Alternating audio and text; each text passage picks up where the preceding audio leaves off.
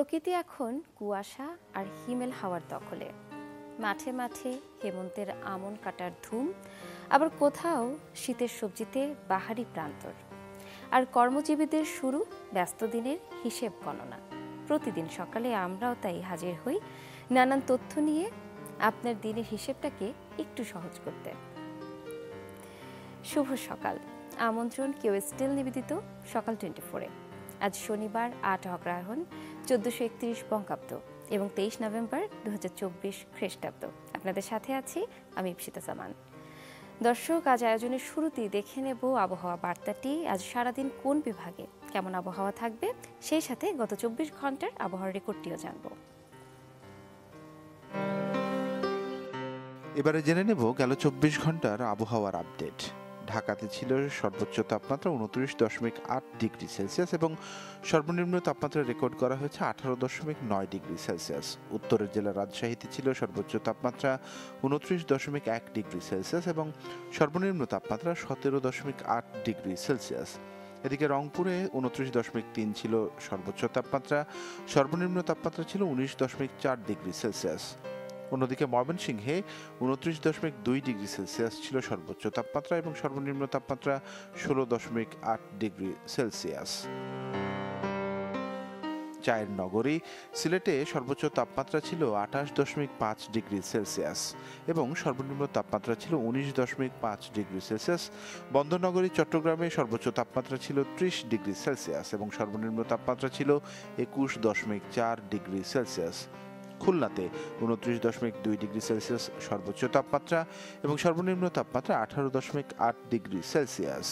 বরিশালে ছিল 29.5 degree Celsius সর্বোচ্চ তাপমাত্রা এবং সর্বনিম্ন তাপমাত্রা ছিল 17 ডিগ্রি সেলসিয়াস। দেশের সর্বনিম্ন তাপমাত্রা তেঁতুলিয়াতে রেকর্ড করা হয়েছে 14.3 ডিগ্রি সেলসিয়াস আর দেশের সর্বোচ্চ তাপমাত্রা ছিল কুতুবদিয়াতে 31.8 ডিগ্রি সেলসিয়াস। এদিকে আবহাওয়া অফিস বলছে অস্থায়ীভাবে আংশিক মেঘলা আকাশ সহ সারা দেশের আবহাওয়া শুষ্ক থাকতে পারে। সারা দেশে রাতের তাপমাত্রায় সামান্য হ্রাস পেতে পারে এবং দিনের তাপমাত্রায় প্রায় অপরিবর্তিত থাকতে পারে বলে তারা জানিয়েছে। গতকাল ছিল সাপ্তাহিক ছুটির দিন। কক্সবাজারের পর্যটন পরিস্থিতি নিয়ে জেনে আসি, সেই সাথে আরও জানবো সেন্ট মার্টিনে পর্যটন নিয়ন্ত্রণে কমিটি নিয়ে। কক্সবাজার থেকে যুক্ত হচ্ছেন সহকর্মী আজিম নিহাদ। নিহাদ, শুভ সকাল। প্রথমেই জানতে চাই, কক্সবাজারে এই মুহূর্তে পর্যটকদের ভিড় কেমন দেখছেন এবং সেই সাথে সেন্ট মার্টিনে পর্যটন কমিটি কি কি দিক নির্দেশনা দিয়েছে সেখানে ভ্রমণে যাওয়ার জন্য, বিস্তারিত জানাবেন।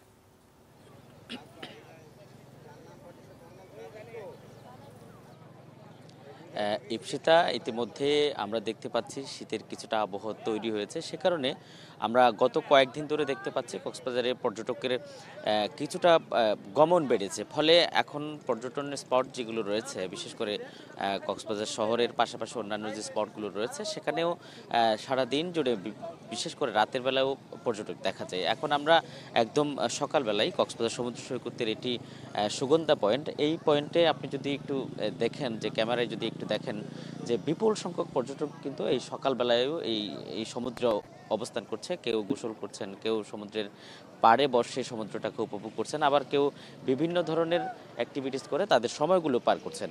এবং আমরা যেটি গতকালও দেখেছি এবং গত কয়েকদিন ধরে দেখে আছি যে সমুদ্রের যে গুরুত্বপূর্ণ যে পয়েন্টগুলো রয়েছে যেখানে পর্যটকের উপস্থিতি সবসময় দেখা যায়, সেখানে পর্যটক বেড়েছে। এবং মেরিন ড্রাইভ, রামুর বৌদ্ধ বিহার, মহেশখালীর আদিনাথ মন্দির, সব ক্ষেত্রেই আমরা দেখতে পাচ্ছি পর্যটকের উপস্থিতি সরবভাবে। এবং সে কারণে হোটেল ব্যবসায়ী যারা আছেন তারা বলছেন যে তাদের মধ্যে জুলাই আগস্ট আন্দোলনের যে সময়টাই একদম পর্যটক খরা অবস্থায় ছিল এবং এর পরবর্তী যে সময়টাই অনেকটা অবরুদ্ধ অবস্থায় ছিল, সেখান থেকে বের হয়ে এখন তারা অনেকটাই স্বস্তির নিঃশ্বাস ফেলছে এবং তারা আশা করছে যদি কোনো রাজনৈতিকভাবে অস্থিরতা বিরাজ না করে তাহলে গত সময়ের যে ক্ষয়ক্ষতিটা সেটা এবারের তারা পুষিয়ে নিতে পারবে। অন্যদিকে আপনি যেটি বলছেন যে সেন্ট মার্টিনে একটি সেখানে যাতায়াতের ক্ষেত্রে সরকার একটি কমিটি গঠন করেছে এবং অক্টোবরের দিকে একটি প্রজ্ঞাপন জারি করা হয়েছিল মন্ত্রণালয় থেকে। সেখানে তারা বলেছিলেন যে নভেম্বরে 2000 পর্যটক সেন্ট মার্টিনে যেতে পারবেন এবং তারা অবস্থান করতে পারবে না। পরবর্তীতে ডিসেম্বর এবং জানুয়ারিতে যাওয়া যাবে এবং সেখানে কিছু সংখ্যক পর্যটক থাকাও যাবে। সেটাকে কেন্দ্র করে নভেম্বরের 1 তারিখ থেকে মূলত সেন্ট মার্টিনে জাহাজ যাওয়ার কথা ছিল, কিন্তু এখনো পর্যন্ত আজকে প্রায় বলা চলে যে নভেম্বরের মাসটা শেষের দিকে যাচ্ছে, কিন্তু এখনো কোনো জাহাজ যায়নি। যদিও আমরা গত কয়েকদিন আগে একটি কমিটি গঠন করতে দেখেছি, সেখানে টেকনাফের উপজেলা নির্বাহী কর্মকর্তা এবং সদরের উপজেলা নির্বাহী কর্মকর্তাকে আহ্বায়ক করে বেশ কয়েকজন প্রতিনিধির একটি কমিটি গঠন করা হয়েছে। তাদের যে দায়িত্বগুলো দেওয়া হয়েছে, সেখানে আমরা যেটি দেখেছি যে তারা সেন্ট মার্টিনে যারা আসলে ট্যুরিজম বোর্ডে যারা নিবন্ধিত, অ্যাপসের মাধ্যমে যারা নিবন্ধিত হবেন, তাদেরকে তারা সেখানে যাওয়ার জন্য পাস দিবেন এবং সেই সাথে সেখানে গিয়ে তারা কোন রিসোর্টে উঠবেন, কোথায় থাকবেন, কতদিন থাকবেন, সেই সমস্ত তথ্যগুলো তারা লিপিবদ্ধ করবেন কমিটির মাধ্যমে। পরে তারা জাহাজে করে সেখানে যাবেন। কিন্তু আসলে মন্ত্রণালয় থেকে একের পর এক নানা ধরনের নিয়ম দিয়ে দেওয়া হলো, এখনো পর্যন্ত জাহাজ যাওয়া শুরু হয়নি। এবং জাহাজ মালিক কর্তৃপক্ষের সাথে কথা বলেছি, তারা যেটি বলছেন যে কখন রাত আসলে এই সেন্ট মার্টিনে জাহাজ যাবে সেটি বলা যাচ্ছে না। সে কারণে এখন আপাতত মন্ত্রণালয় থেকে যেই বিধিনিষেধগুলো বা নিয়ম কানুনগুলো দেওয়া হচ্ছে, সেটি নিয়ে মোটেও সন্তুষ্ট নয় সেন্ট মার্টিন দ্বীপবাসী। তারা যেটি বলছেন যে তাদের যে দিনের পর দিন সেটিকে আসলে সেন্ট মার্টিন বিমুখ করা হচ্ছে পর্যটককে, এতে করে তাদের মধ্যে অতি শীঘ্রই একটা দুর্ভিক্ষ নেমে আসতে পারে। ইপসিতা। নিহাত, আপনাকে অসংখ্য ধন্যবাদ। দর্শক, ছিলাম কক্সবাজারে, জানছিলাম সেখানকার পর্যটন পরিস্থিতি। আয়োজনের এই পর্যায়ে আমরা পত্রিকার পাতায় চোখ বুলিয়ে নেই, দেখে নিই আজকের দিনের প্রধান প্রধান শিরোনামগুলো। শুরুতে আমার হাতে আছে সমকাল। সমকালের প্রধান শিরোনামটি বাদী নিয়ে মামলাবাজদের টানাটানি, প্রলোভন, সারা দেশে ঢালাও মামলা, নেই প্রতিকার, রাজনৈতিক ও ব্যক্তিগত প্রতিপক্ষকে ঘায়েলের চেষ্টা, পল্টনের মামলায় এক জেলারই 64 জন আসামি, নিহতের মেয়েকে চাকরি দেওয়ার টোপ, মামলা নিয়ে টাকা দিলে মামলা থেকে নাম বাদ দেওয়ার আশ্বাস, মামলা করানো হয় ভয় দেখিয়ে, দাবি বাদীর। তার পাশে আরেকটি শিরোনাম দেখতে পাচ্ছি, দখলে নাছোড় টিএমএসএস, করতোয়া নদীর প্রাণ শেষ, নদীর জমিতে হচ্ছে শিল্প কারখানা, প্রশিক্ষণ একাডেমি ও বিনোদন পার্ক।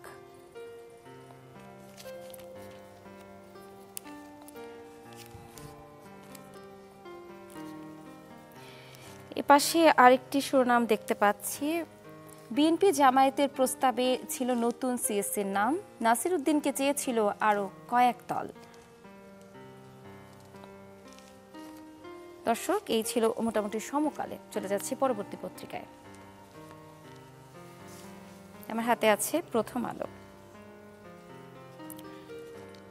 দৈনিক প্রথম আলোতে শিরোনাম করা হয়েছে, বৈষম্য বিরোধী ছাত্র আন্দোলন, নারীরা লড়েছেন সমান তালে, এখনো কেন আড়ালে তারা।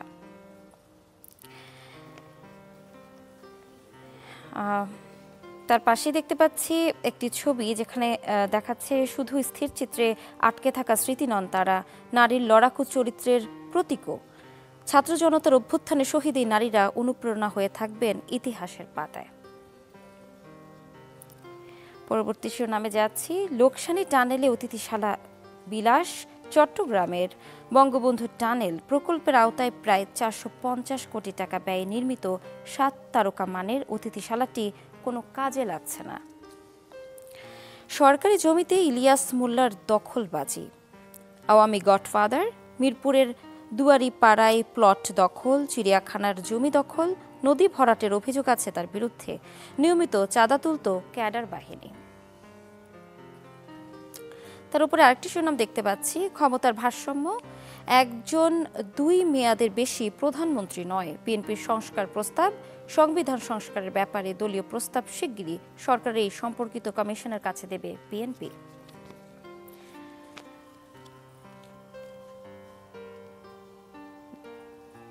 দর্শক, চলে যাচ্ছি পরবর্তী শিরোনামে, স্বামীকে মৃত দেখিয়ে মামলা, বাদীর দাবি চাকরির প্রলোভনে পড়ে মামলা করেন তিনি। দর্শক, এই ছিল মোটামুটি প্রথম আলোর প্রধান শিরোনামগুলো। এরপরেই আমার হাতে আছে দৈনিক ইত্তেফাক। নতুন সিএসসি ও কমিশনারদের শপথকাল, রক্তের প্রতি দায় থেকে প্রজন্মের আকাঙ্ক্ষা বাস্তবায়ন মূল চ্যালেঞ্জ। এখানে দেখতে পাচ্ছি জুলাই অনির্বাণ, চোখ ভিজিয়ে দেয় জুলাই অনির্বাণ। জুরাইনে ব্যাটারি চালিত রিকশা চালকদের রেল লাইন অবরোধ, পুলিশের সঙ্গে সংঘর্ষ। ঢাকা নারায়ণগঞ্জ রুট এবং ঢাকা থেকে পদ্মা সেতু হয়ে ট্রেন চলাচল বন্ধ ছিল 4 ঘন্টা।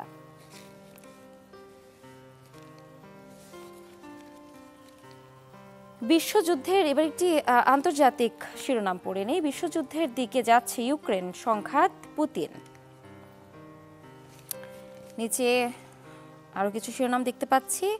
শেখ হাসিনার শাসন ব্যবস্থা ছিল খুনের এন্টারপ্রাইজ, গুমের সঙ্গে জড়িতরা রাজনীতিতে ফিরতে পারবে না, প্রধান উপদেষ্টার প্রেস সচিব। দর্শক, এই ছিল মোটামুটি দৈনিক ইত্তেফাকের। এবার আমার হাতে আছে কালের কণ্ঠ। ওষুধের অন্যায্য দামে পিষ্ট রোগী, হঠাৎ 50 ওষুধের দামে বড় লাভ, ওষুধের লাগামহীন মূল্য বৃদ্ধি। এখানে একটি গ্রাফ দেখানো হয়েছে, যেখানে দেখানো হচ্ছে যে 9টিতে বেড়েছে 6 থেকে 10%, 20টিতে বেড়েছে 10 থেকে 30%, 11টিতে বেড়েছে 30 থেকে 50% দাম এবং 8টিতে বেড়েছে 50%-এরও অধিক মূল্য। ঔষধ শিল্প মালিক সমিতির তথ্য, 213 কোম্পানি দেশের মোট চাহিদার 98% পূরণ করে। দর্শক, তার পাশে একটি শিরোনাম দেখতে পাচ্ছি, স্বল্প সুদের ঋণ ও নিরাপত্তা চান ব্যবসায়ীরা। আগের সরকারের ভুল নীতির কারণে মূল্যস্ফীতি কমছে না, সংকোচমূলক মুদ্রানীতি মূল্যস্ফীতি নিয়ন্ত্রণে একমাত্র হাতিয়ার নয়। ভেজাল চিনি বিক্রি হচ্ছে সরকারি চিনির নামে। দেশের চাহিদার প্রায় পুরো চিনি বিদেশ থেকে আমদানি করা হয়, যা সাদা চিনি নামে পরিচিত। দর্শক, এবার চলে যাচ্ছি, এই ছিল মোটামুটি কালের কণ্ঠে। চলে যাচ্ছি পরবর্তী পত্রিকায়। আমার হাতে আছে যুগান্তর। ব্যাংক খাতে অশনি সংকেত, বিদ্যুৎ গতিতে বাড়ছে খেলাপি ঋণ। IMF এর শর্তে খেলাপি ঋণের আন্তর্জাতিক সংজ্ঞা আগামী মার্চের মধ্যে কার্যকর করতে হবে। এখানে একটি চিত্র দেখতে পাচ্ছি খেলাপি ঋণ বৃদ্ধির। দর্শক, এই ছিল মোটামুটি আজকের দিনের পত্রিকাগুলোর প্রধান প্রধান শিরোনাম। দ্রব্যমূল্যের ঊর্ধ্বগতির কারণে জনমনে স্বস্তি ফেরাতে ব্যতিক্রমী উদ্যোগ নিয়েছে ঠাকুরগাঁওয়ের জেলা প্রশাসন ও বৈষম্য বিরোধী ছাত্র সমন্বয়করা। কৃষক ও ক্রেতাদের মেলবন্ধনের উদ্দেশ্যে চালু করেছে কৃষকদের বাজার, যেখানে সরাসরি কৃষকরাই বিক্রেতা।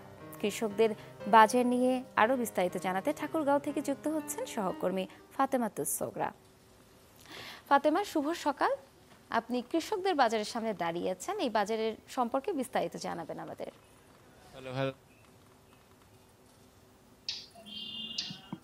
হ্যাঁ, ধন্যবাদ ঈপ্সিতা, আর শুভ সকাল। ঠাকুরগাঁয়ে গত 2 সপ্তাহ ধরে শুরু হয়েছে কৃষকের বাজার নামে জেলা প্রশাসকের উদ্যোগে এবং ছাত্র বৈষম্য বিরোধী ছাত্র আন্দোলনের সমন্বয়করা এই উদ্যোগটি গ্রহণ করেছে। ঈপ্সিতা, সকাল 8টা থেকে শুক্র ও শনিবার দুপুর 12টা পর্যন্ত চলে এই কৃষকের বাজার, যেখানে সরাসরি কৃষকরাই কিন্তু এখানে তারা তাদের পণ্যটি বিক্রি করছে, বিক্রেতার ভূমিকা পালন করছে। এখানে কোনো মধ্যস্বত্বভোগী নেই এবং কোনো ব্যবসায়ী নেই, যে কারণে ক্রেতারা যারা আছে তারা কিন্তু কিছুটা কম মূল্যে এখান থেকেই তারা শাকসবজি, মাছ মাংস কিনতে পারছে।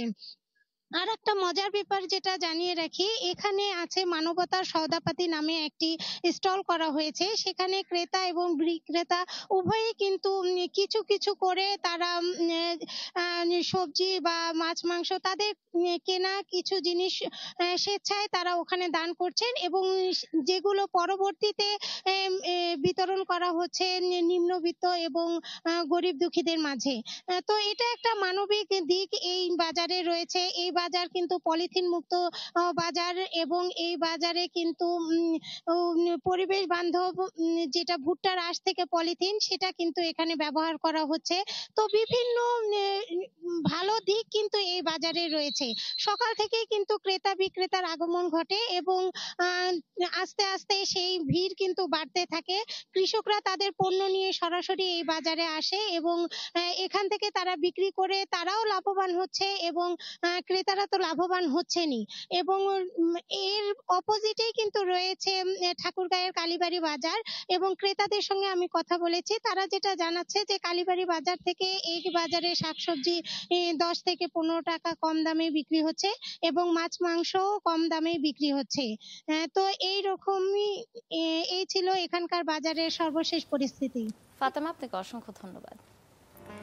দর্শক, ছিলাম ঠাকুরগাঁওয়ে, জানছিলাম সেখানকার কৃষকদের বাজারের তথ্য, যেখানে কৃষকরাই বিক্রেতা এবং কিছুটা কম দামে স্বস্তির সাথে সেখান থেকে বাজার করতে পারছেন সাধারণ মানুষ। মুন্সিগঞ্জে ইলিশের বাজার দর নিয়ে জানবো এখন, সেই সাথে অন্যান্য মাছের দাম নিয়েও জানবো। মুন্সিগঞ্জ থেকে যুক্ত হচ্ছেন আমাদের সহকর্মী শুভ ঘোষ। শুভ সকাল। দেখতে পাচ্ছি আপনি মাছের বাজারের সামনে দাঁড়িয়ে আছেন। এই মুহূর্তে বাজার দর কেমন দেখছেন মাছের, এবং ক্রেতা বিক্রেতারা কি বলছে জানাবেন।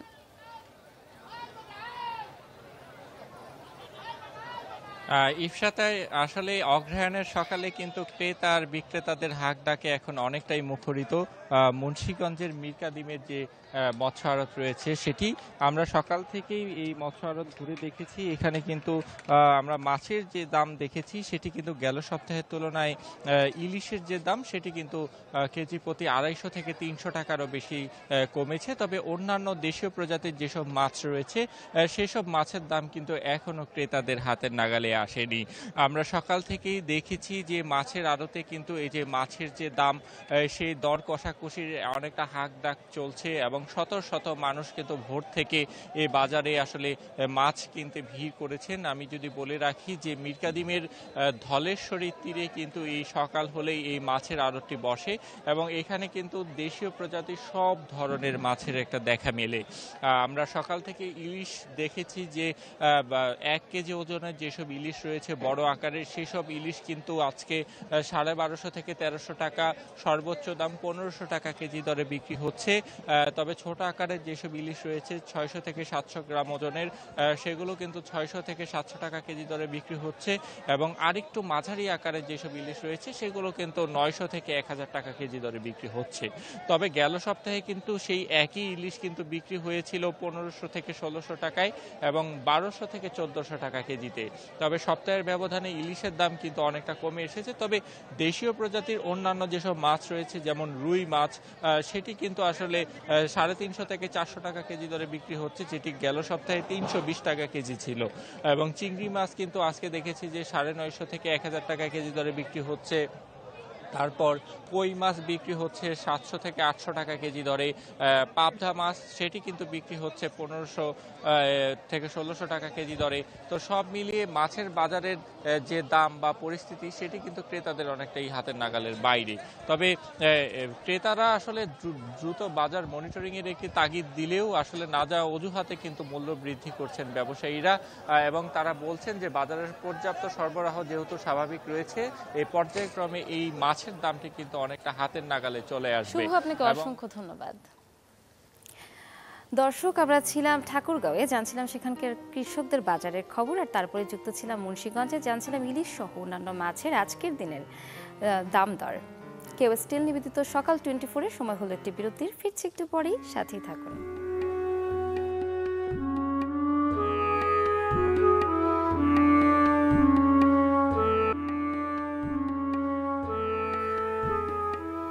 আমন্ত্রণ কেউ স্টিল নিবেদিত সকাল 24-এ। পৃথিবীতে অনেক বিচিত্র দিবস আছে, এই যেমন আজ কাজু দিবস। প্রতি বছর 23 নভেম্বর যুক্তরাষ্ট্রে জাতীয় কাজু দিবস পালন করা হয়। কিডনি আকৃতির এই বাদামটি কেবল যুক্তরাষ্ট্রে নয়, সারা বিশ্বে জনপ্রিয়। কাজু বাদামের বহুমুখী ব্যবহার আছে, কখনো স্ন্যাক, আবার কখনো রান্নার মশলা হিসেবে কাজু ব্যবহার করা হয়। কাজু নামটি পর্তুগিজদের কাছ থেকে এসেছে। গবেষণায় দেখা গেছে এই বাদাম কার্যকর অ্যান্টিডিপ্রেসেন্টস, কাজু খনিজ এবং ভিটামিন সমৃদ্ধ। ল্যাটিন আমেরিকান এবং এশিয়ান রন্ধন প্রণালীর জন্য একটি নিখুঁত উপাদান এই কাজু বাদাম। কাজু গাছের অন্যান্য অংশ যেমন ফল, তেল, বাকল সবই মূল্যবান। দর্শক, আজ যেহেতু কাজু দিবস, তাই অবশ্যই কাজু খেতেই পারেন। আর সেই সাথে আজ 23 নভেম্বর, আজকের দিনে আপনাদের যাদের জন্মদিন, সবাইকে জানাই জন্মদিনের অসংখ্য শুভেচ্ছা। সেই সাথে জেনে আসবো আজকের এই দিনে কোন কোন বিশিষ্ট ব্যক্তি আপনাদের সাথে জন্মগ্রহণ করেছেন। এবারে জেনে নিব আজকের এই দিনটিতে খ্যাতিমান কোন কোন মানুষজন জন্মগ্রহণ করেছিলেন। 1827 সালের এই দিনটিতে জন্মগ্রহণ করেন নেদারল্যান্ডের নোবেল জয়ী বিজ্ঞানী এবং তাপগতিবিদ্যা বিশারদ জোহানেস ডিডেরিক ভ্যান ডার ওয়ালস। তিনি গ্যাস এবং তরলের অবস্থার সমীকরণের উপর বিস্তর গবেষণা পরিচালনা করেন। এছাড়াও তিনি আন্তঃআণবিক বল আবিষ্কার করেন, যা বর্তমানে ভ্যান ডার ওয়ালস বল নামে খ্যাত। 1897 সালের এই দিনটিতে জন্মগ্রহণ করেন খ্যাতনামা বাঙালি লেখক এবং বিশিষ্ট চিন্তাবিদ নীরদ চন্দ্র চৌধুরী। বাংলা ভাষাভাষীদের কাছে তো বটেই, ইংরেজিতে লেখার সুবাদে ইংরেজি ভাষার মানুষের কাছেও ছিলেন বিশেষভাবে পরিচিত ও আদৃত একজন লেখক। তিনি তার ঐতিহাসিক দৃষ্টিভঙ্গি ও তির্যক প্রকাশভঙ্গির জন্য বিশেষভাবে আলোচিত ছিলেন। 1920 সালের এই দিনটিতে জন্মগ্রহণ করেন রোমানিয়ান কবি এবং অনুবাদক পল সেলেন। তাকে জার্মান ভাষার প্রধান কবিদের একজন হিসেবে বিবেচনা করা হয়। বলা হয়ে থাকে দ্বিতীয় বিশ্বযুদ্ধোত্তর প্রধান ইউরোপীয় কবি তিনি। 1952 সালে জার্মানিতে তার প্রথম কবিতার বই প্রকাশের পর খুব দ্রুত খ্যাতি ছড়িয়ে পড়ে চারদিকে। 1930 সালের এই দিনটিতে জন্মগ্রহণ করেন সঙ্গীত শিল্পী গীতা দত্ত। তিনি মূলত 1950 এবং 1960 এর দশকে হিন্দি ছবিতে নেপথ্যে সঙ্গীত এবং বাংলা আধুনিক গান গাবার জন্য বিখ্যাত হন। তুমি যে আমার, এই সুন্দর স্বর্ণালী সন্ধ্যায়, নিশিরাত, বাঁকা চাঁদ আকাশ, মেরা নাম চিনচিন চু এবং বাবুজি ধীরে চলো এর মতো অনেক জনপ্রিয় গানের কালজয়ী শিল্পী তিনি। মুম্বাই চলচ্চিত্র জগতের প্রবাদ প্রতিম গায়িকা গীতা দত্ত। 1992 সালের এই দিনটিতে জন্মগ্রহণ করেন মার্কিন কণ্ঠশিল্পী, গীতিকার এবং অভিনেত্রী মাইলি রে সাইরাস। 2006 সালে সাইরাস ডিজনি চ্যানেল টেলিভিশন ধারাবাহিক হানা মন্টানায় অভিনয় শুরু করার পর তারুণ্যের প্রতিমা হিসেবে বেশ প্রভাবশালী হয়ে ওঠেন। 2007 সালে হলিউড রেকর্ডসের সাথে রেকর্ডিং চুক্তি স্বাক্ষরের পর সাইরাস তার আত্মপ্রকাশ studio album Meet Miley Cyrus মুক্তি দেন। দর্শক, এই ছিল আজকের আয়োজনে। কেউ স্টিল নিবেদিত সকাল 24-এ সময় হলো বিদায়ের। দেখা হবে আগামী পর্বে। ততক্ষণ ভালো থাকুন, সুস্থ থাকুন আর অবশ্যই চ্যানেল 24-এর সাথেই থাকুন।